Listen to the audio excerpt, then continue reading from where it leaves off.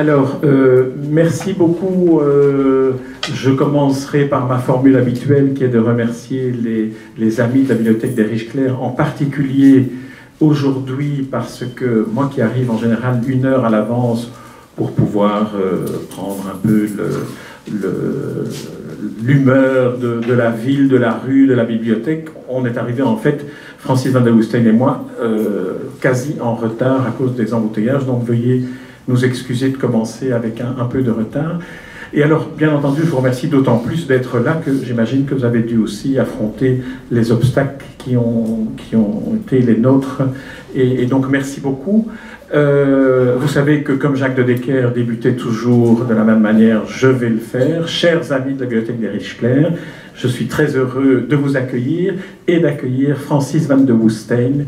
Alors la présentation sera très courte pour Francis van der Woestijn. Je vous ai simplement raconté une petite anecdote qui est l'échange que nous avons eu en venant ici, puisque nous sommes venus ensemble.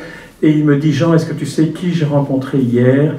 Et alors j'ai eu ce même frémissement que je ne l'ai pas dit, d'une certaine forme de jalousie quand même, parce que quand je vois les entretiens, la qualité des personnes qu'il interviewe, mais surtout la qualité de la manière dont il les interroge, je me dis, mais qui va-t-il encore me dire qu'il a rencontré?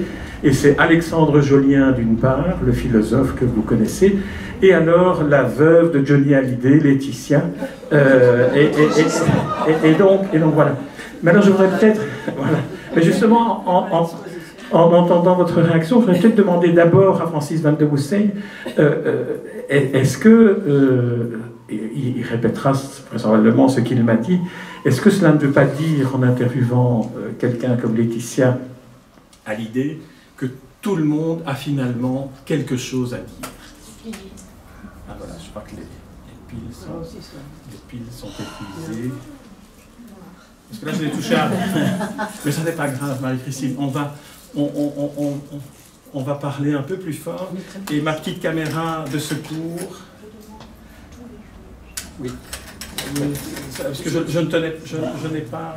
Non, voilà, parce quelqu'un a deux piles plates, mais voilà. deux piles crayons, je veux dire, mais bon. J'en ai dans mon autre sac, mais pas celui-ci. On continue. On est devant la voie, on va continuer. D'abord, bonsoir à toutes et à tous. Je suis ravi de cette invitation à laquelle j'ai répondu rapidement. Je sais que l'entretien a été retardé parce que je m'étais cassé la cheville, ce qui n'a aucune importance, mais voilà, je suis maintenant sur pied. Je suis ravi d'être là et c'est vrai que nous avons eu cette petite conversation en foulant les pavés de la Grande Place et c'est amusant parce que quand j'ai annoncé autour de moi que j'avais eu la possibilité de rencontrer Laetitia Hallyday, donc j'ai même participé à un dîner il y a quelques jours autour de Delphine Orviller et tout le monde m'a dit on va passer le dîner à te décourager de rencontrer cette personne. Mais voilà, c'était dans le cas des grandes conférences catholiques. J'ai dit, mais enfin, je ne comprenais pas, si vous voulez, cette espèce de fermeture. Donc, c'est vrai que ma série s'appelle État d'âme, et je pense que tout le monde a une âme, tout le monde a un cœur, tout le monde a un esprit, des jambes, un cerveau, et je pense que ma démarche à moi est d'aller justement chercher les âmes chez toutes les personnes, quelles qu'elles soient. Alors, c'est vrai qu'au départ, la série, enfin, je m'intéresse toujours évidemment beaucoup aux écrivains, aux philosophes, à ceux qui apportent une réflexion en recul sur la manière dont le monde va ou ne va pas et sur l'interaction entre les hommes et les femmes, entre les êtres humains, entre les êtres et la nature, entre le devenir de la société. Et là, forcément, les philosophes ont sans doute plus à nous dire que d'autres personnes, mais je ne m'interdis pas non plus d'aller interroger des personnes, voilà, comme par exemple Laetitia Hallyday, ou comme je l'avais fait avec Alain Delon, par exemple, parce que je pense qu'il y a quand même chez toutes ces personnes, quel que soit leur vécu, leur histoire, elles ont des choses à dire et à nous apprendre sur leur vécu, et sincèrement j'espère pouvoir traduire dans l'entretien qui paraîtra, non pas ce samedi, mais le samedi suivant, voilà, l'âme de Laetitia Hallyday, qui n'est pas que, qu'elle le dit elle-même, qu'une espèce de grande blonde qui était quand même 31 ans plus jeune que son mari, comme parle de son mari plutôt que de Johnny.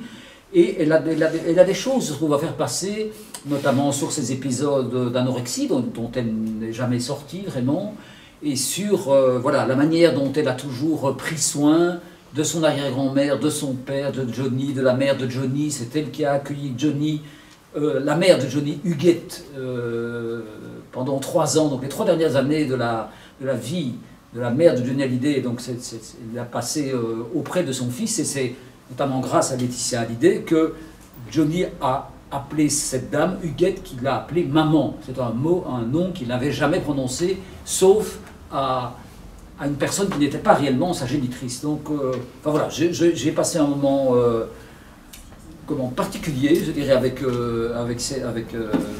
Laetitia Smet, ou Hallyday, ou Boudou, ça dépend comment on veut l'appeler. Donc, je trouve que je n'ai pas... J'avais dit, je n'ai pas perdu mon temps, certainement pas. D'ailleurs, Alexandre Jolien dit qu'il faut perdre son temps. Hein, donc voilà. Et je trouve que oui, ça n'est pas grave de perdre son temps. Et je veux dire que j'ai eu l'impression, par exemple, de perdre mon temps avec Jack Lang, hein, qui était pour moi la référence de la référence. Et j'ai pas eu l'impression de perdre mon temps avec Laetitia Hallyday. Mais voilà, tout est une question de... Merci. Ah, bravo. Merci pour les piles. Donc voilà, j'espère que vous avez compris ce que j'ai dit avant. Donc voilà, mais effectivement, c'est un des grands plaisirs de ce métier, c'est de pouvoir, je n'allais pas dire faire le grand écart, parce qu'on m'a dit hier, justement, tu vas faire le grand écart, tu vas faire la tête et les jambes. Non, je n'aimais pas ce genre d'expression, justement.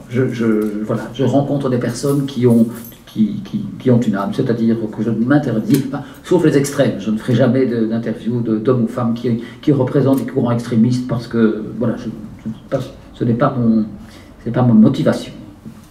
Très bien, mais je trouve que c'est très, très intéressant de commencer l'entretien par justement ce prétendu, ce supposé grand écart qui n'existe pas, et qui démontre aussi, et je pense que c'est là une des qualités que vous lirez, si vous ne l'avez déjà fait dans le livre, mais aussi dans les entretiens qui continuent d'être publiés dans la Libre Belgique, régulièrement. Je pense que le franchissement de l'éventuel écart vient aussi du type de questions que Francis van de Woestijn pose et de la démarche qu'il a adoptée dans l'appréhension, j'allais dire la compréhension, mais au départ, c'est l'appréhension de la personne qu'il a en face de lui. Et c'est vraiment là tout un art de l'entretien qui, me semble-t-il, Francis van de Woestijn, vous avez développé à partir des premiers. Vous avez cité Jack Lang, qui, finalement, quand on lit le livre, on se rend compte qu'il a regretté la manière désinvolte dont il vous a traité. Et ça en dit beaucoup sur le dédain que l'on peut avoir pour ce type d'entretien, une fois qu'on ne l'a pas pratiqué ou une fois qu'on n'en connaît pas la portée et ce qu'il peut avoir et à donner. Même si je pense beaucoup ici le simple, j'aimerais que vous nous disiez quelques mots sur la genèse de ce passage du journalisme, je dirais, traditionnel, classique, érudit, curieux, intéressé, à un journalisme qui approche plus de ce que Chancel appelait la radioscopie. Merci pour la comparaison. Je n'oserais pas me comparer à cet immense journaliste. Mais donc là, comme vous dites, je ne sais pas comment expliquer le pas, la frontière entre le journalisme que j'ai pratiqué pendant une 40aine d'années et ce type d'entretien. Donc cette étape est évidemment une étape douloureuse puisqu'il s'agit de la mort accidentelle de notre fils Victor, qui avait 13 ans et qui était passionné par la lecture. J'étais donc rédacteur en chef à l'époque, et le 4 novembre 2016, Victor se promenait sur les toits avec son cousin, il s'amusait à se filmer, voilà, 1 fois, 2 fois, et la 3e fois, il est tombé, donc il est mort sur le coup. Et donc c'était pour moi impossible de continuer à mener à bien ma tâche de rédacteur en chef, parce que dans rédacteur en chef, il y a 2 mots. Il y a rédacteur, c'est quelqu'un qui écrit, mais c'est aussi quelqu'un qui cheffe. Comme le disait Chirac, un chef doit savoir cheffer. Alors déjà, c'est pas ma nature habituelle, et gérer les égos des journalistes. Enfin voilà. Donc je ne me sentais plus à l'aise dans cette fonction, donc j'ai demandé à être déchargé. Je ne savais pas du tout ce que j'allais faire, et lors d'un séjour à Paris avec des amis. Voilà, on a discuté de ça et la soirée s'est prolongée. Et progressivement, je veux dire que cette idée de partir à la recherche des âmes, mais forcément je me sentais peut-être inspiré par l'âme de mon fils, que je sentais et que je sens toujours très présente en moi, à côté de moi, devant moi, derrière moi. Enfin, voilà, chacun vit son deuil comme il l'entend. Je me suis dit que j'avais donc 60 ans et voilà, je me suis dit que c'est ce journalisme-là que j'avais vraiment envie de mener à bien, à savoir un journalisme de rencontre, non pas pour trouver la petite dernière phrase, le buzz qui fera la phrase qui fera le buzz sur les réseaux sociaux. Donc je ne vais pas faire ici de procès des réseaux sociaux, mais vraiment j'essaie de m'en détacher le plus possible parce que pour moi c'est souvent, justement, c'est un manque de recul. Si vous voulez, ma démarche, elle est exactement le contraire des réseaux sociaux. Moi je veux prendre le temps, je veux du recul, de la réflexion, de la nuance. Je veux de la bonté aussi, enfin pardon, c'est un gros mot, mais de l'empathie, je parle de la gentillesse. Mon a priori est toujours positif. Donc je cherche les gens pour lesquels j'ai une totale liberté. Donc même si on me dit ne va surtout pas voir Alain Delon, ne va pas voir Laetitia Hallyday, ben oui, à la limite ça me motive. Ou bien ne va pas voir Nick Rodwell par exemple. On m'avait dit ça c'est le diable, celui qui gère les endroits de Tintin. De Tintin, oui, oui. Et en fait, j'ai eu une magnifique rencontre. Mais donc, je ne fais pas une enquête à charge et à décharge sur les personnes que je rencontre. Mon a priori est plutôt positif. Donc, et pour moi, ce que je recueille, enfin, je ne cherche pas à voir si ce qu'ils me disent est vrai ou pas. Simplement, je veux que les gens me donnent leur vérité, leur part de vérité. Ainsi, quand je rencontre Anne Sinclair, on a évidemment parlé de son parcours à elle, qui est aussi une journaliste pour laquelle j'avais une admiration sans limite. On a bien sûr parlé de son ancien mari, et elle me donne sa version des faits, qui n'est pas une... c'est ça, voilà, j'ai envie qu'elle me dise comment elle a vécu ça. Je ne fais pas une enquête sur ce qui s'est passé dans la chambre Sofitel. Donc voilà, si vous voulez, la démarche journalistique qui a été la mienne depuis la mort de Victor. Alors, je pense que c'est important.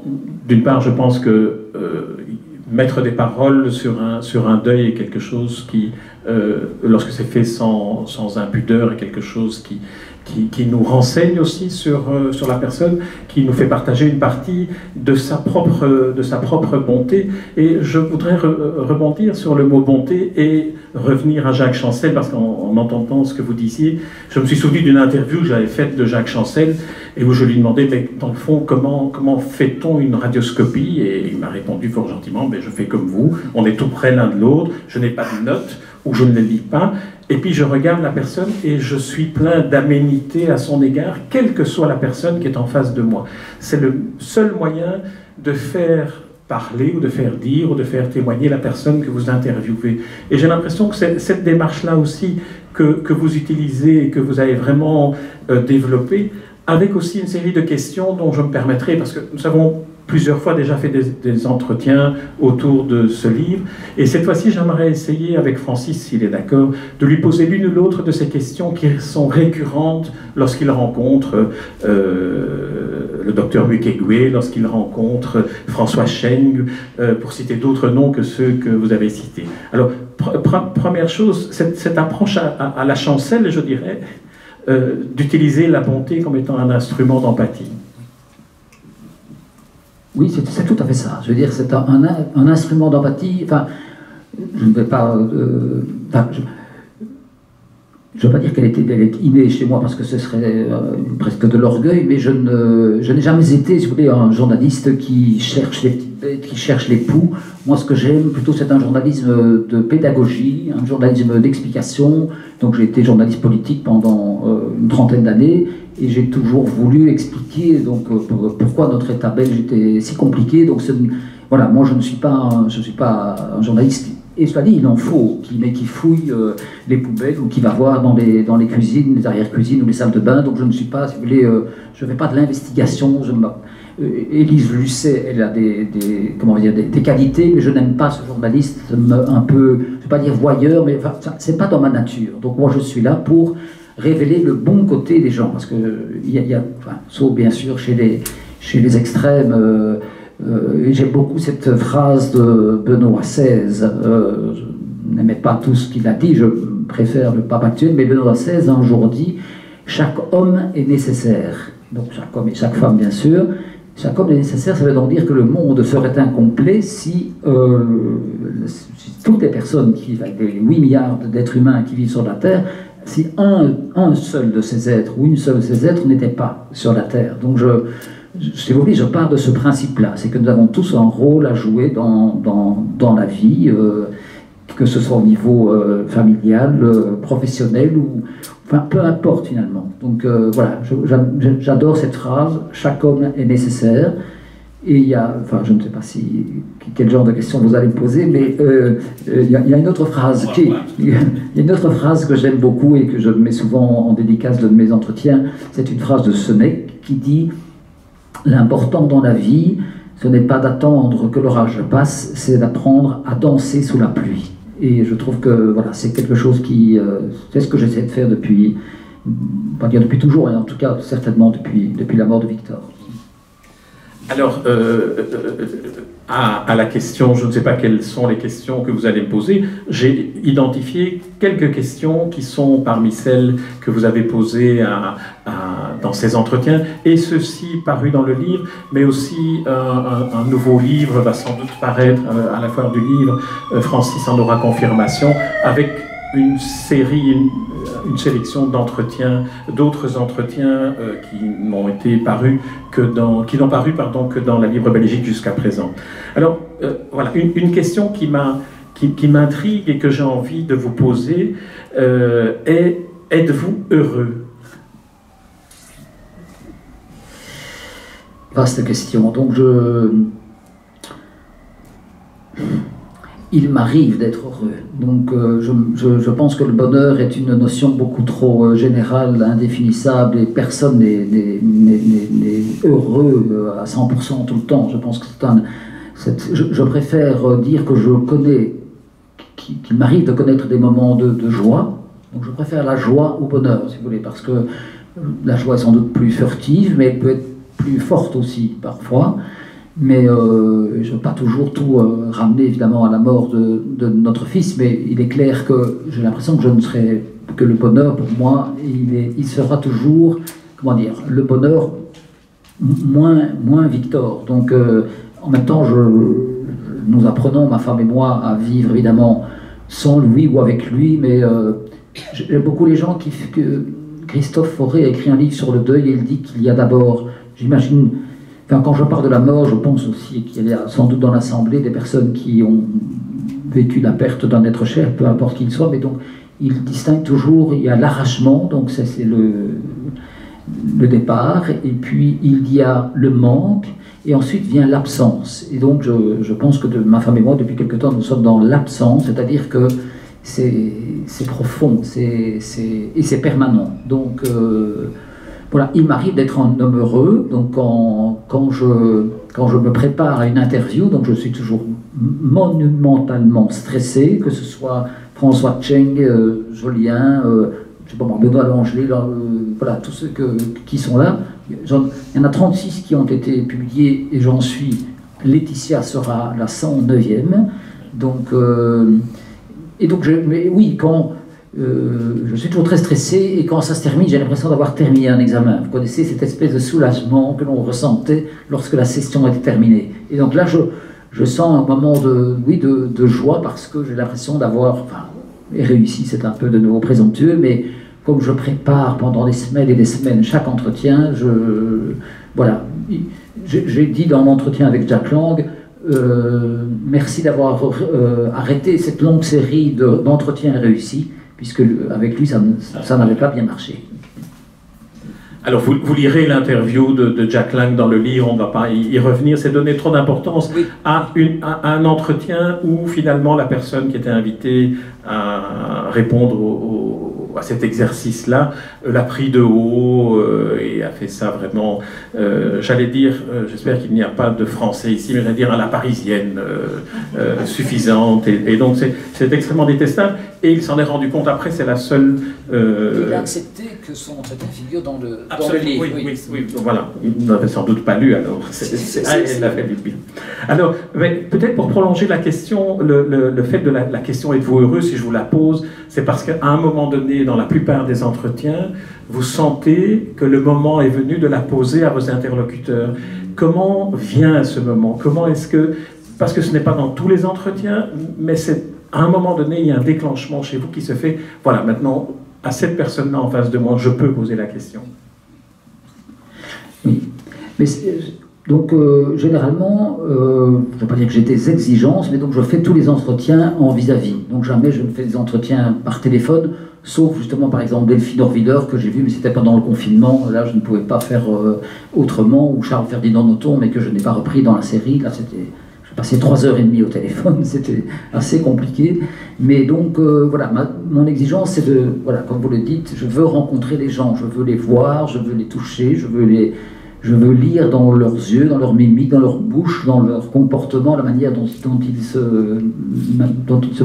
manifestent, dont ils se comportent. Et je crois que c'est capital pour ça. Donc, et de même, j'essaie de faire la plupart de mes entretiens, non pas à Bruxelles. Vous savez, quand les personnalités viennent en Belgique, les journalistes défilent les uns après les autres, on a un quart d'heure quand tout va bien.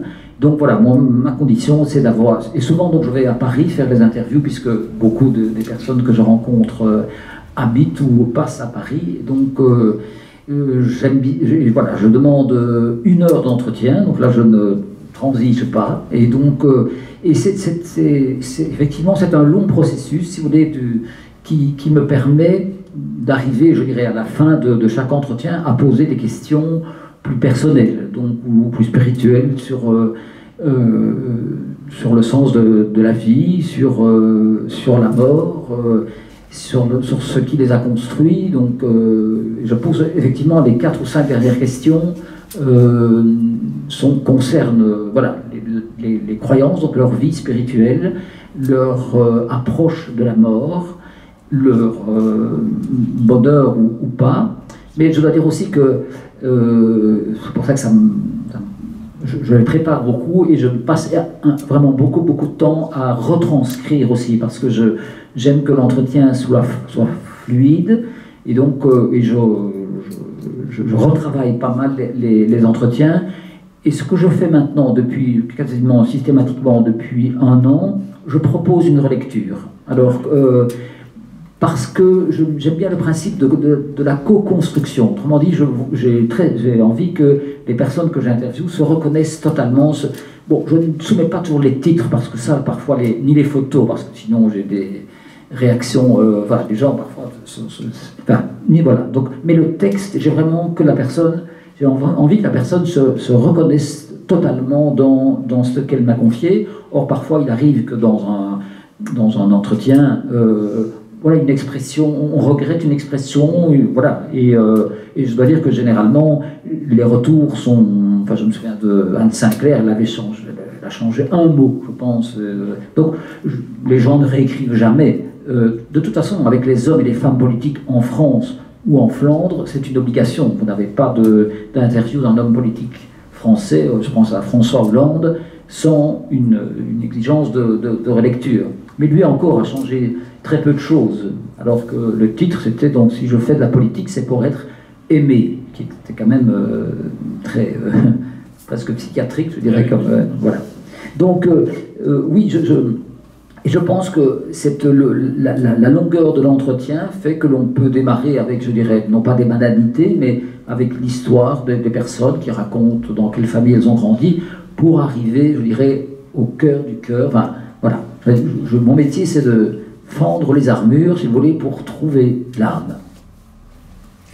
Alors c'est vrai que c'est un journalisme, vous avez bien indiqué que vous réécrivez, qu'il y a une partie du travail qui est la préparation, il y a l'entretien, et alors il y a la réécriture, et on sent très bien ce souci de réécrire, notamment dans le fait que, je ne sais plus si c'est dans toutes les interviews, mais vous situez l'endroit où a lieu l'entretien. Et je trouve que c'est quelque chose qui est très important, parce que ça permet au lecteur, comme vous l'expérimenterez, d'être encore plus avec les deux interlocuteurs qui vont échanger. Alors je vais prendre un exemple qui n'est pas dans le livre, mais qui est un entretien avec Marie de Hennezel, donc la confidente de François Mitterrand, celle qui lui a inspiré cette phrase « Je crois aux forces de l'esprit ». Alors Francis van der Woestijn décrit l'appartement dans lequel il est reçu pour l'enregistrement de cet entretien. Et alors vous avez cette phrase « l'appartement où l'on sent la sérénité littéraire ». J'aimerais que vous développiez un peu et ce qu'est la sérénité littéraire d'un appartement, mais aussi ce que ça apporte de décrire le lieu. Alors, donc, dans les premiers entretiens que j'ai réalisés, je n'avais pas cette introduction.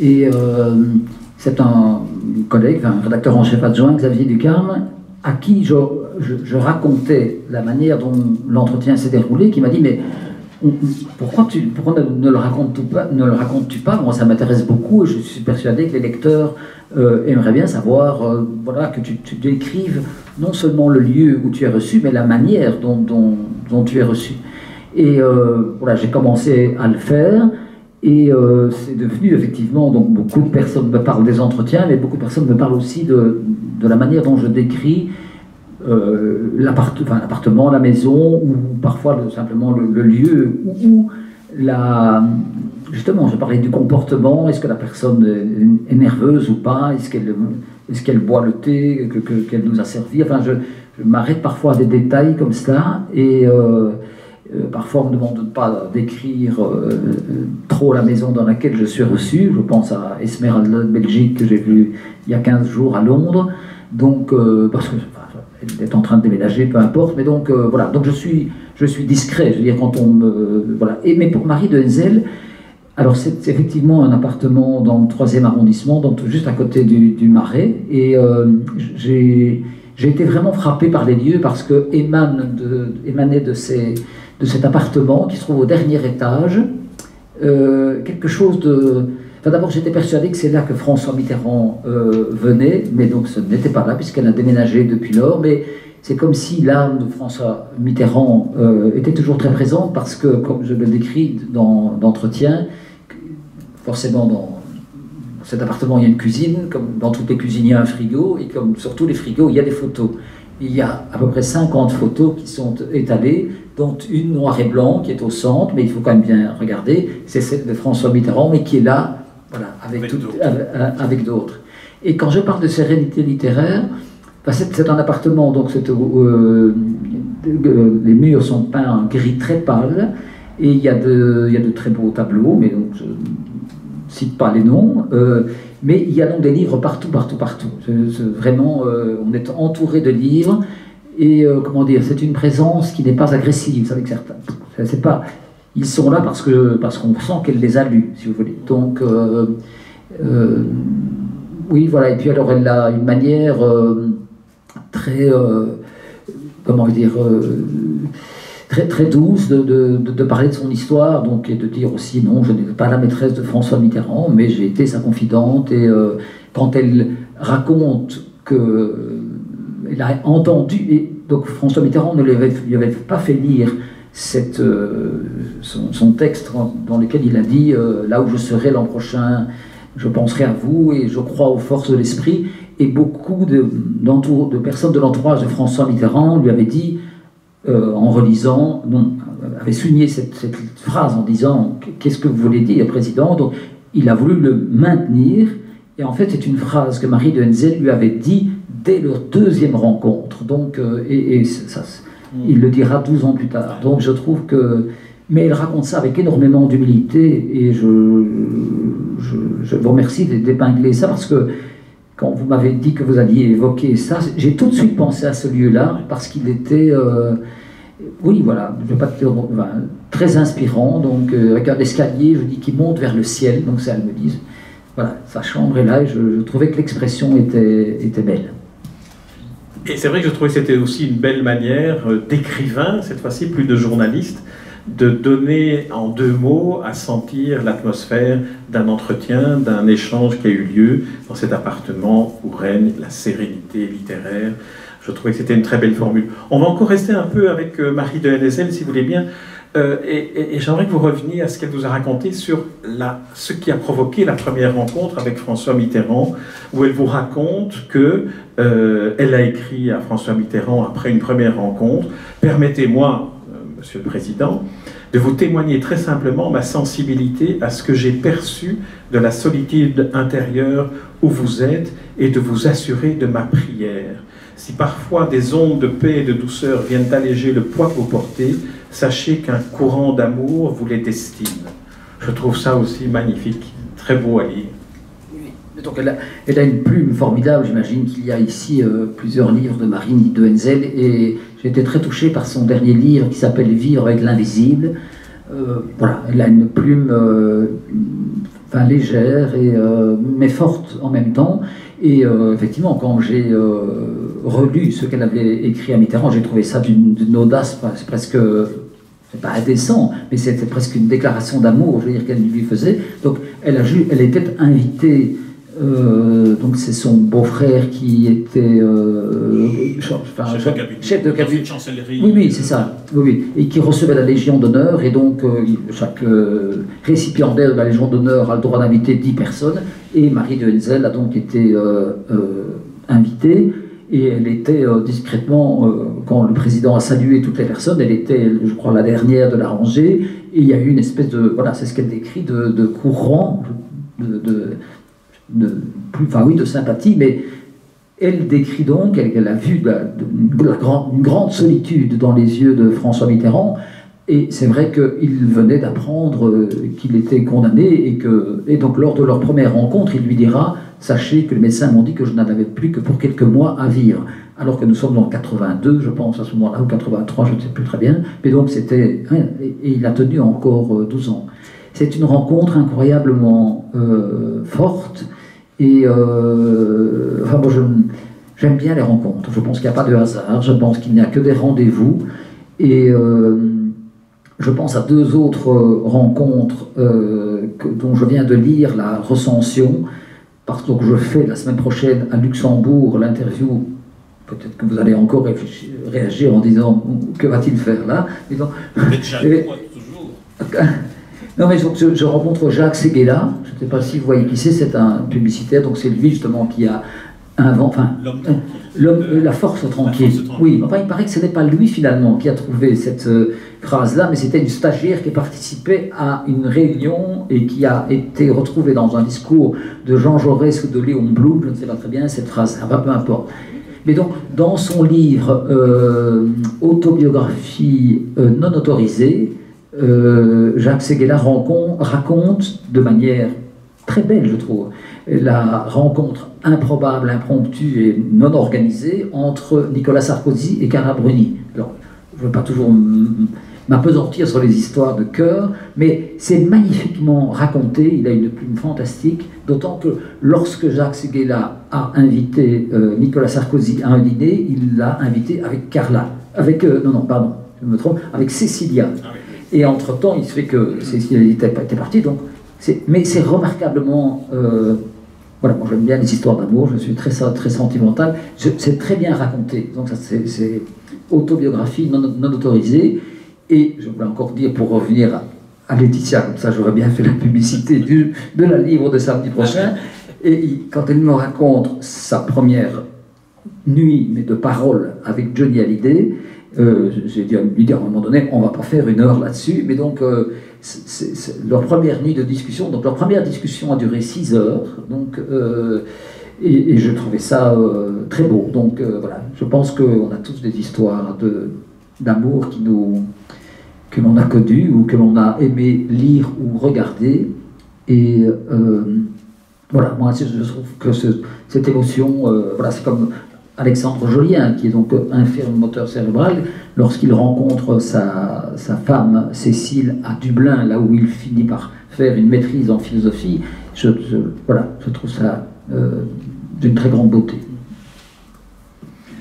Alors, il y a il y a deux autres noms que j'aimerais qu'on évoque qui ne sont pas dans le livre. En fait, c'est un peu par paresse de mon côté, parce que comme j'avais déjà interviewé Francis à 2 reprises sur les invités de son livre, je me suis dit, profitons-en pour modifier un peu le déroulement. Alors, il y a une autre femme et un autre homme. Alors, peut-être l'homme qui est Emmanuel Faber.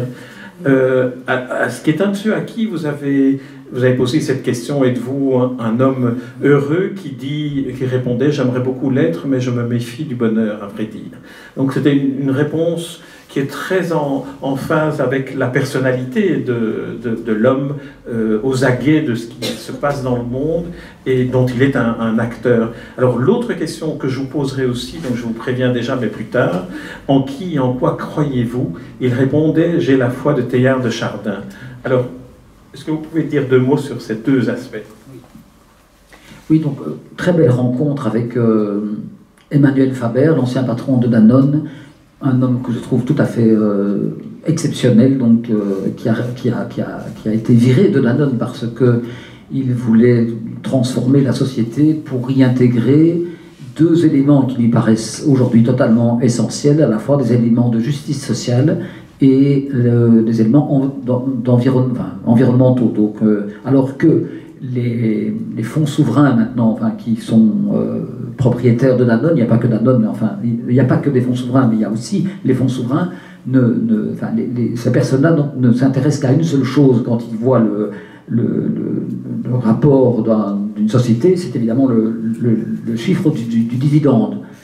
Et lui est persuadé que bientôt les éléments compétitifs d'une entreprise seront liés non seulement aux dividendes, mais aux éléments de justice sociale et de protection de l'environnement. Et il le dit, il ne dit pas est-ce que ça va avoir lieu ou pas, il dit la question qu'il faut se poser aujourd'hui, c'est quand ça aura lieu. Donc pour lui, le basculement, si vous voulez, d'un système, un capitalisme débridé, je dis ça, je ne suis pas du tout un gauchiste invétéré, simplement, il lui est persuadé, justement, d'ailleurs il dit, j'ai choisi de travailler dans le système capitalisme pour mieux le transformer de l'intérieur. Et je trouve que sa démarche très intéressante et très intelligente, plutôt que, chacun a le droit d'aller manifester, mais je trouvais que sa démarche est très intéressante. Donc c'est un homme que je trouve incroyablement brillant, qui voit donc, comment le monde va évoluer. Donc je trouve ça assez remarquable. Beaucoup savent comment il va évoluer de la pire manière. Je veux dire, si l'homme continue à détruire la planète sur laquelle il vit, on sait qu'on court à la catastrophe. Et lui, dit, voilà les éléments de changement qui vont peut-être sauver le monde, l'humanité, les hommes et les femmes. Et non seulement il sait, mais il se l'applique lui-même.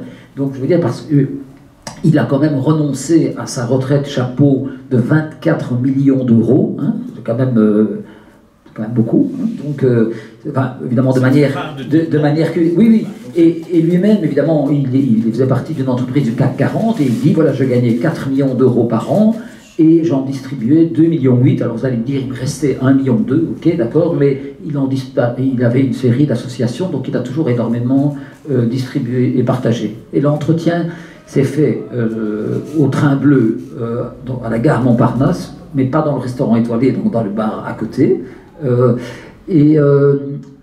Donc, de nouveau, j'étais avec un porte-parole, parce que ça, c'est toujours très compliqué, cette espèce de paravent qui nous empêche d'avoir accès aux gens les plus intéressants, parce qu'ils croient que cet exercice-là peut les imbiber, alors qu'au contraire, je trouve que ça les humanise.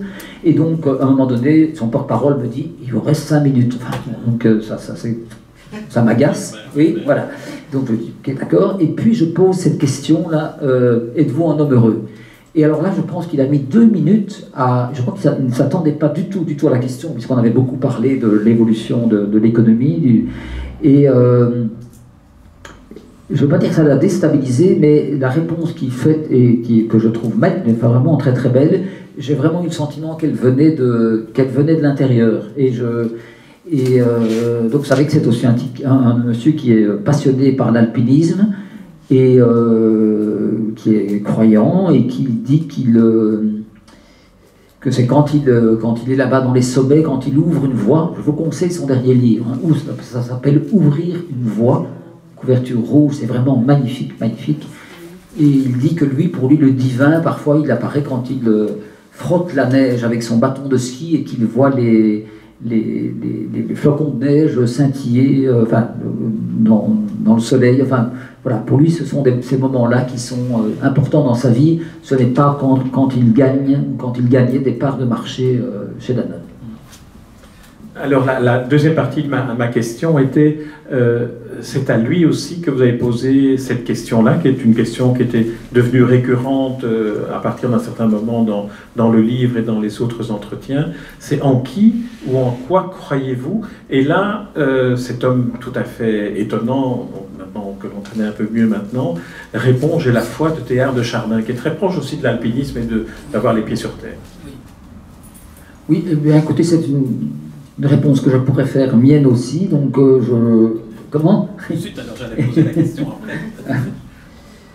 Oui, écoutez, donc moi j'ai eu une éducation chrétienne, donc mes parents étaient très croyants, pratiquants, et je dirais que je suis aujourd'hui plus dans l'espérance que dans la foi quotidienne. Je ne vais pas éviter la question, même si je viens d'y répondre. Donc je ne suis pas un chrétien très pratiquant, mais je sens que j'ai en moi, comment dire, une croyance qu'il y a, voilà, comment dire, un élément, une force, quelque chose qui nous dépasse peut-être. Et donc j'ai été très, je ne vais pas dire heurté, mais surpris quand Philippe Mestat, que j'ai interviewé quelques mois avant sa mort, et il m'a dit ceci, voilà, après la mort, il n'y a rien, et c'est cela qui me rend serein. Et j'ai eu énormément de réactions de la part de lecteurs de la Libre Belgique qui disaient, mais j'avais titré là-dessus, parce que je trouvais qu'un ancien président du PSC qui dise ça, il dit, voilà, c'est ma conviction aujourd'hui, et je respecte évidemment. Mais voilà, moi je suis, alors que j'ai aussi fait l'interview de Louis Michel, qui lui a un parcours autre. C'est un laïc, franc-maçon, qui lui dit son chemin est plutôt vers une espèce de, pas dire de croyance, mais oui, d'espérance. Lui, voilà, c'est un peu comme, d'ailleurs, François Mitterrand, chaque fois qu'il voyait Franz-Olivier Gisbert, disait « Quelle chance vous avez de croire !» Donc c'est quelque chose qui est, je ne dis pas que c'est mieux de croire ou de ne pas croire, je dis simplement que, voilà, moi je sens quelque chose en moi qui me pousse à... Voilà. Et pour encore parler de Laetitia Hallyday, j'ai été très surpris. Oui, mais pardon, mais et voilà. Et non, mais elle m'a posé la question hier. D'abord, elle m'a dit, écoutez, moi je suis très catholique, je crois fermement en Dieu, je prie tous les soirs, je vais à la messe tous les dimanches, et voilà, ma foi m'a souvent porté, m'a beaucoup aidé. Et elle m'a dit, et vous? Voilà. Donc, voilà. Donc elle a posé ma question, elle aussi a posé ma question, qui en fait est la vôtre. Il y a peut-être une phrase de François Mitterrand sur laquelle on pourrait revenir, que vous avez cité Marie de Nézel. François Mitterrand, à propos de la foi, de la spiritualité, de la religion, disait à Marie de Nézel: la religion sépare, mais la spiritualité rassemble. Et ça rejoint un peu aussi ce que disait Emmanuel Faber, en disant que lui était un adepte du dialogue entre les spiritualités ou entre les religions. Oui, mais ça c'est quelque chose qui est pour moi fondamental, et c'est ce que j'adore faire dans cet exercice-là, c'est rassembler entre guillemets des personnes. Donc j'avais fait il y a 3 ans l'interview de Delphine Orwider, qui est une des 6 rabbins ou rabbines. Avant elle disait rabbin, donc il y a maintenant elle a des rabbines, donc qui est une des 6 rabbines françaises, et elle a établi un dialogue extrêmement constructif avec Rachid Benzine, qui est un islamologue très célèbre aussi, et ensemble ils ont un dialogue très constructif. Rachid Benzine qui dit le contraire de la connaissance, ce n'est pas l'ignorance, ce sont les certitudes. J'adore cette phrase. J'adore cette phrase. Et je trouve effectivement que... donc j'ai interrogé Gabriel Ringlet dans la série, j'ai aussi interrogé... là, j'ai un trou de mémoire, mais vous allez m'aider, son grand ami, ancien professeur de l'ULB, Guy Archer, voilà. Eh bien, entre ces deux hommes, quelle est la différence? Je veux dire, j'ai l'impression qu'il y a une paroi, mais s'il y a... Enfin, il n'y a même pas une paroi, il y a quelque chose de transparent, je dirais. Oui, forcément, l'un est curé, prêtre, et l'autre ne l'est pas, leurs convictions ne sont pas les mêmes, mais leur humanité, leur altérité, leur goût des autres est la même. Et donc, c'est ça que je trouve fantastique, c'est de pouvoir mettre en contact, en rapport ou en dialogue, même si c'est par interview interposée, des gens de confessions totalement différentes. Et c'est la force de Delphine Orviller, je trouve. Et de toute façon, voilà, c'est bien ce que dit plutôt Rachid Benzine. La solution n'est pas évidemment chez les rigoristes et chez les fondamentalistes, elle est précisément chez les gens qui établissent les contacts. Et d'ailleurs, Delphine Orviller, le titre de son interview, c'est « Nous sommes devenus des obsédés de l'identité ». Donc pour elle, effectivement, nos identités sont multiples et on ne doit pas en faire ce qu'on veut. Je veux dire, mais nous avons bien plus qu'une identité. Et si on se résume à une seule identité, on va très vite vers la pureté du peuple, et puis on sait évidemment tout cela nous mène. Oui, la richesse est dans l'altérité, quelle que soit la zone intellectuelle ou géographique ou sociale ou culturelle à laquelle on applique le mot altérité. Alors, j'aimerais aussi qu'on évoque à travers Karen Nordschild, qui est un des derniers témoignages que vous avez publié dans la Libre Belgique, et qui, je dois dire, m'a bouleversé, parce qu'il se fait que ma fille va régulièrement à Astria, et qu'un jour elle m'a dit, regarde papa, tu vas voir là Karen Nordschild qui m'émeut, qui me touche, parce que quand on la voit en train de se battre, quand on la voit en vrai en train de se battre, on se rend compte que le destin qu'elle raconte, notamment dans cette interview, mais aussi dans un livre qu'elle a écrit, on se rend compte que la tragédie est presque absolue. Et vous lui posiez une question qui m'a en même temps perturbé, en même temps j'ai trouvé effectivement comment ne pas la poser, qui est cette question que vous l'avez posée: y a-t-il des jours où vous vous dites « j'aurais préféré mourir » ? Oui, je trouve que c'est une question qu'il fallait poser parce que je n'étais pas du tout certain de la réponse. Et donc, elle me dit effectivement que survivre à un attentat n'est pas ce qu'il y a n'est peut-être pas ce qu'il y a de mieux. Donc Karen Nordschild a été victime des attentats à Zaventem, et donc elle a subi plus de 60 opérations, elle a vécu 3 ans et demi dans un hôpital, elle a eu des chutes, enfin des rechutes après, elle a fait une énorme dépression après, mais forcément donc elle était totalement éventrée, enfin donc sa blessure était une blessure de guerre, et donc elle raconte, d'ailleurs elle a attendu 1 heure avant qu'on la mette vraiment du côté des vivants, parce qu'elle était dans un tel état que, et péniblement elle raconte, elle levait la main pour montrer qu'il fallait qu'on la mette du côté des vivants. Enfin c'est une rencontre qui m'a totalement bouleversé.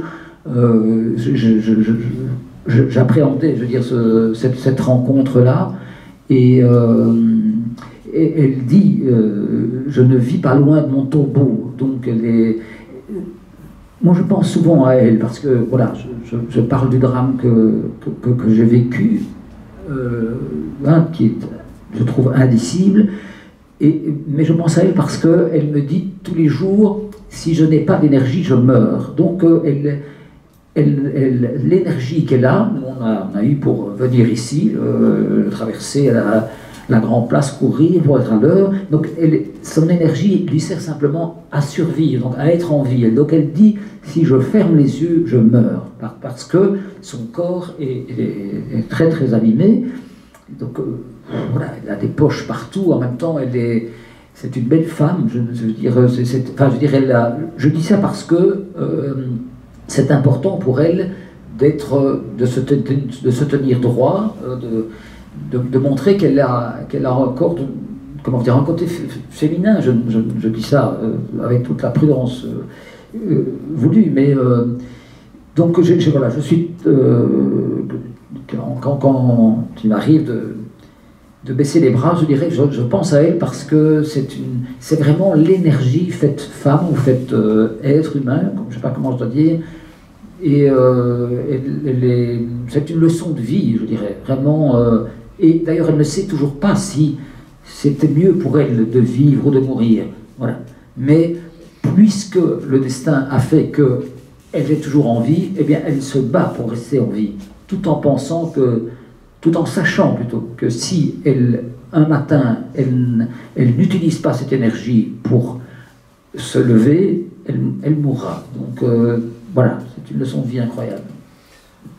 Alors, l'entretien avec Karen Northschild aboutit à une autre, je ne vais pas dire un truc, mais à une autre méthode d'investigation de l'âme que vous utilisez, qui est le questionnaire de Proust.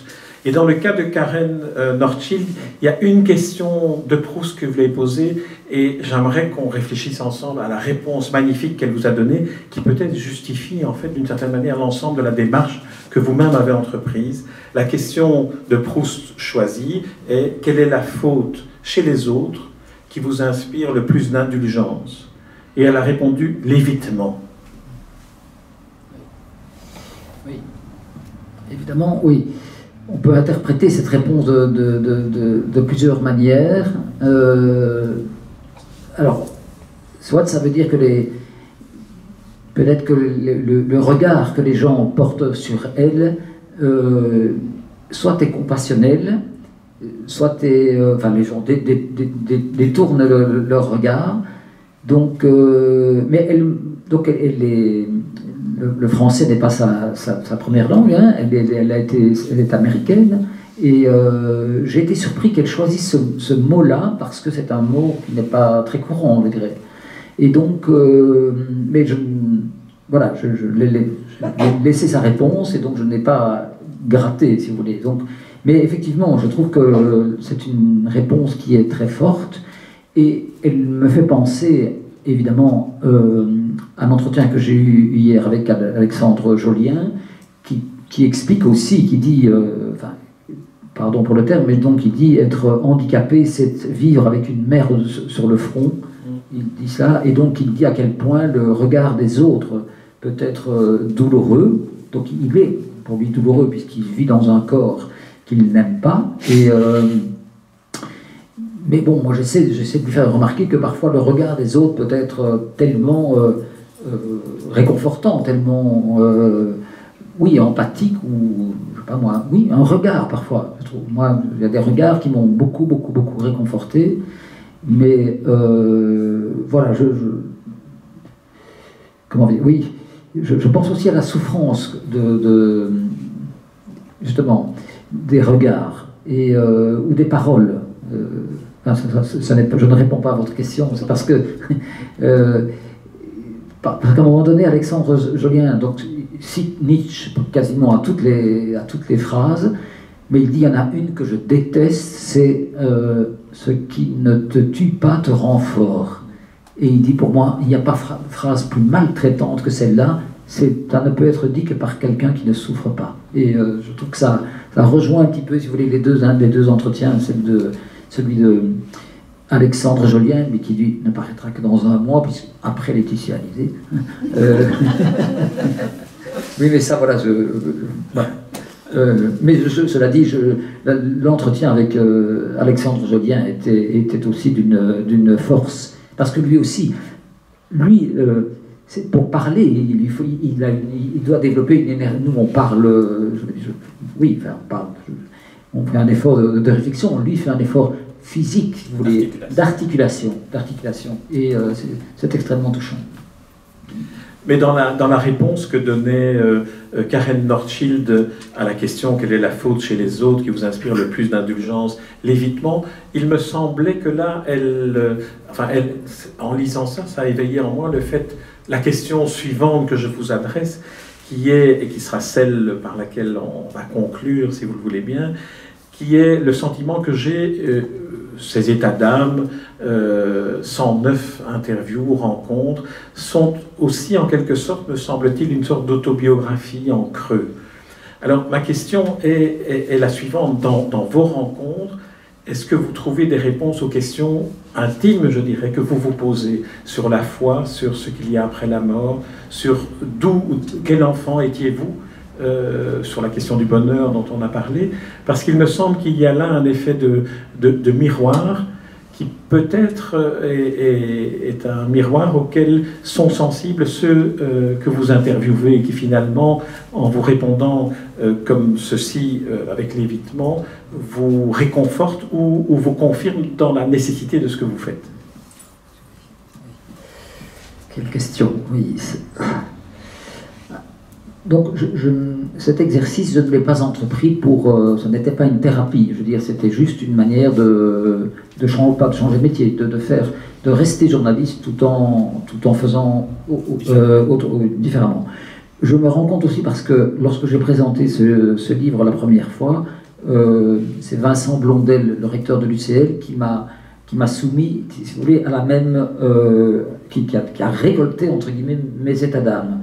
Et j'ai trouvé que c'était en fait très compliqué. C'était un exercice et je me suis rendu compte à quel point les personnes qui me confiaient leurs états d'âme avaient finalement... Enfin, c'était une démarche courageuse. Je vous invite d'ailleurs, ne fût-ce que, évidemment, mon éditeur malheureusement n'a pas voulu reprendre le questionnaire de Proust dans le livre parce qu'il était déjà trop grand, mais il nous arrive parfois à la maison de